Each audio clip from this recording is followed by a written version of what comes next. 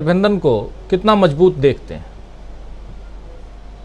देखिए राजीव जी, मैं strategic management का प्रोफेसर। हमारा एक एक चैप्टर होता है सिनेरियो एनालिसिस।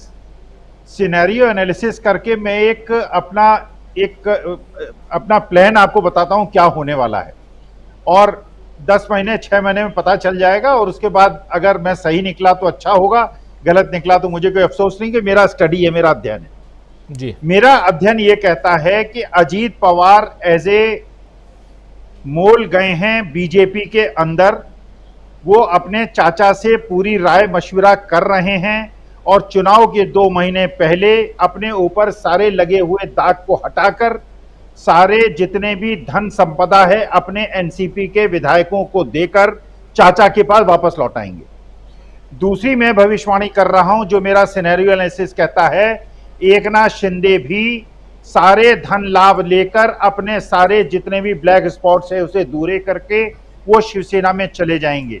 और इसी कारण से ये अफवाहें उड़ाई जा रही हैं कि अजीत पवार से केंद्रीय मंत्रिमंडल और प्रधानमंत्री महोदय बहुत ज्यादा खुश नहीं हैं, क्योंकि ये बात लीक आउट हो रही है। इसीलिए गोदी मीडिया से ये माध्यम से फैलाने की कोशिश हो रही है कि शरद पवार प्रधानमंत्री से मिलने वाले हैं और बीजेपी में जाने वाले हैं। वास्तविकता में रिवर्स माइग्रेशन होने वाला है। दूसरी बात, आप ये देखिए, आज लोग जो अति उत्साह में बहुत ज्यादा ऊटपटांग बातें कर रहे हैं। एक बाबा जी हैं जो दूसरे की पर्ची निकालते हैं। कल उन्होंने स्वतंत्रता दिवस को गणतंत्र दिवस कह दिया।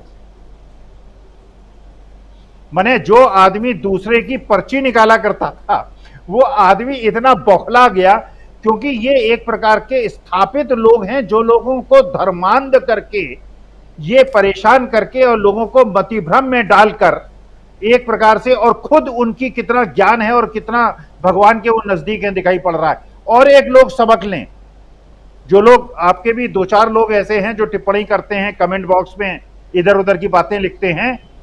बिट्टू बजरंगी को पुलिस घसीट कर गर्दन से पकड़कर ले गई है और बिट्टू बजरंगी रोता रहा। तो जितने भी लोग ऐसे हैं जो कि धर्म के विरुद्ध जा रहे हैं, देश के विरुद्ध जा रहे हैं, देश में धार्मिक विद्वेष फैला रहे हैं, उनको इस बात से, उन लोगों को सतर्क हो जाना चाहिए कि ये जो देश को तोड़ने की कानून विरोधी कार्रवाइयों में लोग लिप्त हैं, इनका भी वही हश्र होगा जो बिट्टू बजरंगी का हो रहा है। इसलिए राष्ट्रहित में, भारत माता के विरोध में काम करना छोड़ दें और भारत में धार्मिक सद्भाव पैदा करने के लिए, एकता करने के लिए, सभी धार्मिक समाजों के बीच में सामंजस्य स्थापित करने के लिए बातें करें, वरना 10 महीने के बाद बहुत कष्ट भोगना पड़ेगा। जरा सिनेरियो को समझ लें, सत्ता बदलने वाली है। जिन्होंने भी ऊटपटांग व्हाट्सएप पे मैसेजेस दिए हैं और ट्विटर पे ट्वीट किए हैं, उनके साथ वही हश्र होगा जो बिट्टू बजरंगी का हो रहा है। जी, अगर इतना ही था तो मोनू मानेसर को भी भागना नहीं पड़ता, सुनने में आया इन सांसदों तक। देखिए राजीव जी, डीवी लाइव में हम लोग बहुत दिन से चर्चा कर रहे थे कि जो जमीन का स्पंदन है और राजनीतिक परिवर्तन हो रहा है, और हम लोगों का ये पूरा ये मन बना लिया है हमने, और हमको समझ में आ रहा है, एज ए विश्लेषक हमको समझ में आ रहा है कि 2023 और 24 का चुनाव बीजेपी के हाथ से निकल गया और पूरी तरह से राहुल गांधी मानस पटल पे छा गए हैं और राजनीतिक परिवर्तन बहुत तेजी से हो रहा है। आपके जितने भी श्रोता और दर्शक देखते हैं कार्यक्रम को, टिप्पणी करते हैं, एक एक को मैं पढ़ता हूं और उसका विश्लेषण करता हूं। 95% लोग हमारी चर्चा से सहमत होते थे और 5% लोग, 2-3 लोगों का हमेशा ये विचार रहता था कि नहीं, आप लोग जो ये कर रहे हैं ऐसा कुछ नहीं है, मोदी आएंगे अगली बार लाल किले के प्राचीर से वही झंडा फहराएंगे। अब देखिए, इस बात की पुष्टि ये हो रही है कि आप सोचिए, अब जिस तरह से मुझे मोदी जी की पर्सनैलिटी का अध्ययन करने में कठिनाई होती है, उसी प्रकार से अमेरिकी सांसदों के पर्सनैलिटी का भी स्टडी करने मुझे परेशानी हो रही है। अरे 7.5 कैरेट का हीरा तो भेंट दिया मोदी जी ने बाइडेन जी की पत्नी को, और अमेरिकी सांसद जो हिंदुस्तान आए, जिन्हें यहां पे अतिथि बना के बुलाया गया, वो कह रहे हैं कि अब राहुल गांधी से मिलेंगे।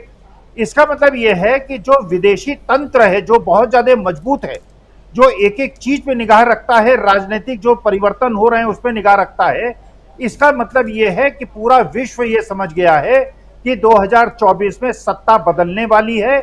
ये लेम डेक प्राइम मिनिस्टर हैं और अगला देश का जो प्रधानमंत्री होगा वो संवेदनशील होगा, वो लोकतांत्रिक होगा, वो धर्मनिरपेक्ष होगा और देश को जोड़ने वाला होगा।